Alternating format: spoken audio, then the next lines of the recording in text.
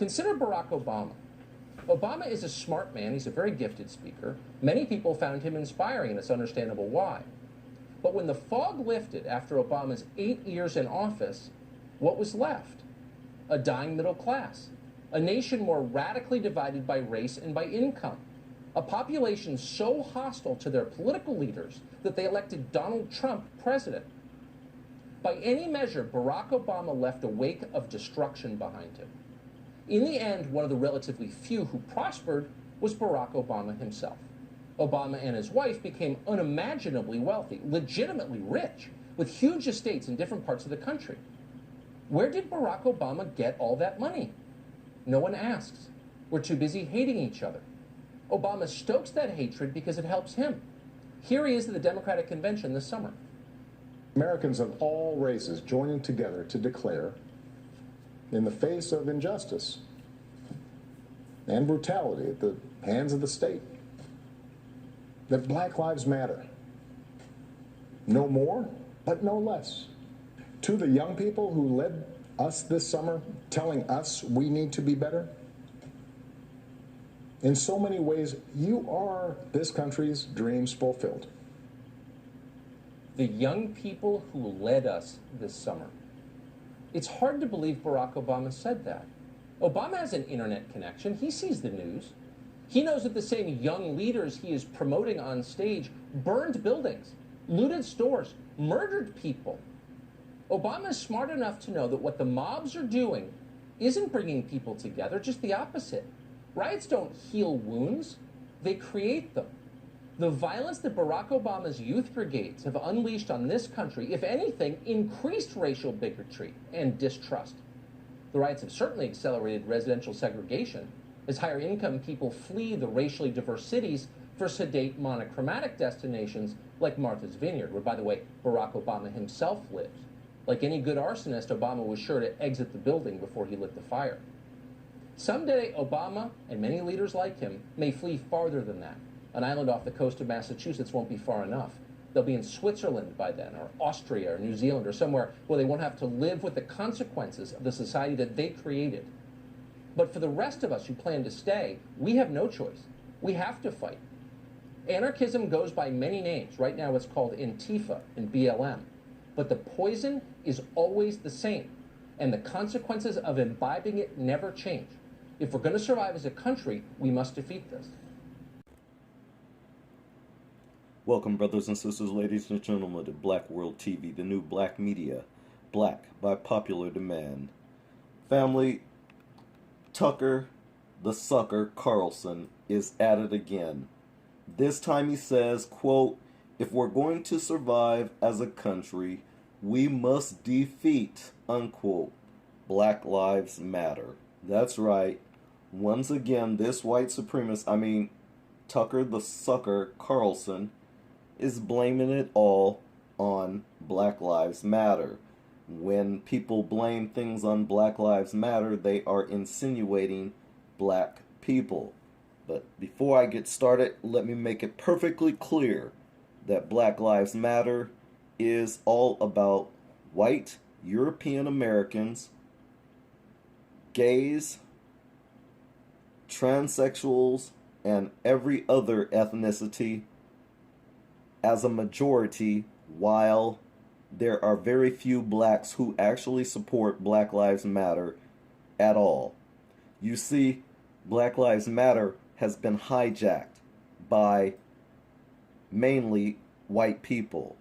And as you've noticed at most all of these Black Lives Matter events, and people like Jeff Mack, for instance, who posts different live streaming from different events, they always title their videos Black Lives Matter versus the police or versus this or that.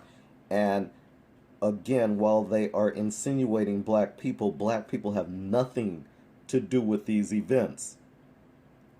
Black people, foundational black Americans, have already exposed through many video evidence of where white people have been out here starting the looting, starting up these fires, conveniently placing bricks in areas where there's no construction, trying to inflame most all of this destruction that's going on across America. Black people have been video documenting these events where white people have been at the forefront of most all of this destruction we see. And yet, we have to hear from people like Tucker the Sucker Carlson up on Fox News reporting the propaganda that they always do, trying to blame black people, i.e., Black Lives Matter. But again, for the record, Black Lives Matter these days has much ado without black people. In other words, black people these days do not support Black Lives Matter. Recently, I saw a magazine called Adweek, I think that's what the name is called, where they are featuring the three founders of Black Lives Matter. Namely, it's the three black women. I wish I had the paper in front of me. Nonetheless, it features the three black women who started the Black Lives Matter hashtag. They go through the magazine explaining why they got it started, so on and so forth. We've come to find out that besides their movement, which has transformed itself into something that black people have never expected, foundational and traditional black families would have never expected the Black Lives Matter movement to be expanded into what it's turned into, rather transformed, as I said the first time. It's transformed into something that black people would have never imagined. But mainly it's been hijacked from people that have no interest with black people involved at all. We've also come to find out that there's other Black Lives Matter groups out there under the name of Black Lives Matter that are associated and support the blue. In other words, they are for the police. I don't know about you, but the company that I happen to work for, I saw their donations they made out to Black Lives Matter, and it was over $1 million. I cringed when I saw those numbers because I thought to myself, that is a shame, because over the $40+ million that Black Lives Matter movement has probably already raised, much of it has not gone to black families, to black people where those resources are truly needed. We see much of the same things going on where people are using resources that should go to black people where it's really needed. They're instead going to organizations to give them more power. And that is a travesty. So Tucker, the sucker Carlson, sits up here on Fox News blaming Black Lives Matter. And he says, and he pronounced this on Thursday, he proclaimed to his audience, which is the largest in cable news, that America, quote, must defeat the Black Lives Matter movement, unquote, if we're going to survive as a country.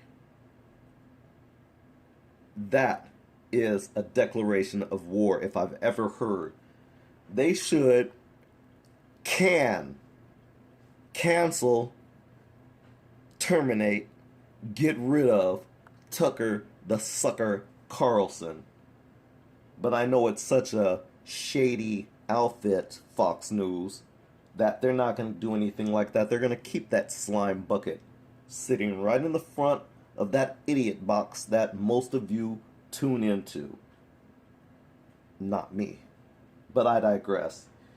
It continues. In the racially charged screed, Carlson, who once called white supremacy a hoax on the heels of a mass shooting targeting Latinx immigrants in Texas, attempted to cast blame for the deep racial divisions in the U.S. on Barack Obama, the nation's first black president.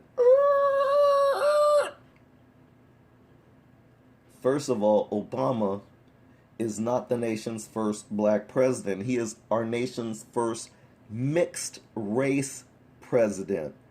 I really wish you folks would get that right. I really do. I mentioned this quite some time ago. I've been saying it a lot over the different live streams in the chat comments. I've been saying this a lot, trying to remind people it would be nice if we start hearing more people say that. He's not our nation's first black president. He's the nation's first mixed race president. But I digress. He continues that the Obama presidency left a wake of destruction behind, according to Tucker the Sucker Carlson. However, the economy gained a net 11.6 million jobs, and the unemployment rate dropped below the historical norm under Obama. Average weekly earnings were up 4.2% after inflation. 15 million people got access to health care, and premium increases slowed.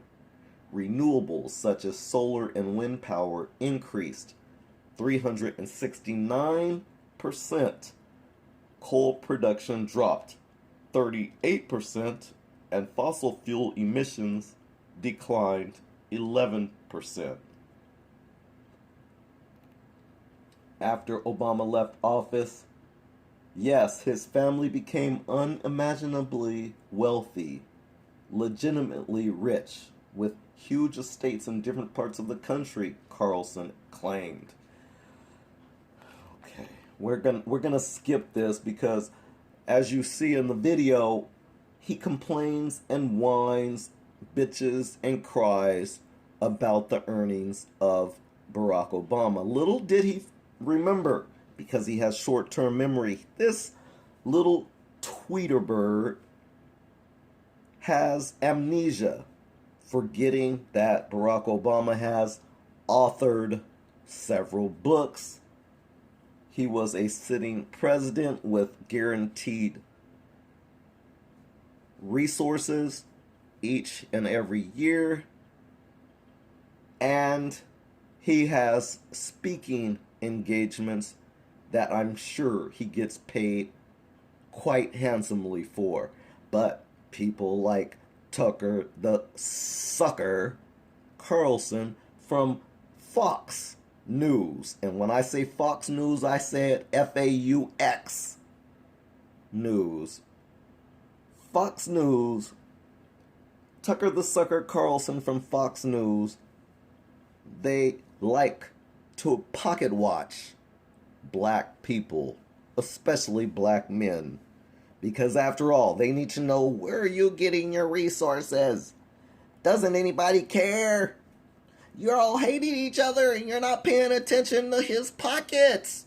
It's Barack Obama. God damn it.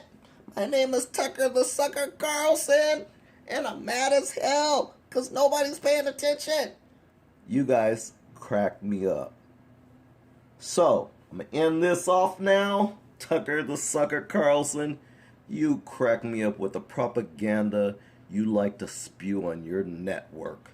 It's shameful. I just shake my head every time I see your blockhead up on my screen when I'm browsing through the internet, because God knows I wouldn't watch TV, and I haven't watched TV for years. Thank God for that. Anyways, this is Black World TV.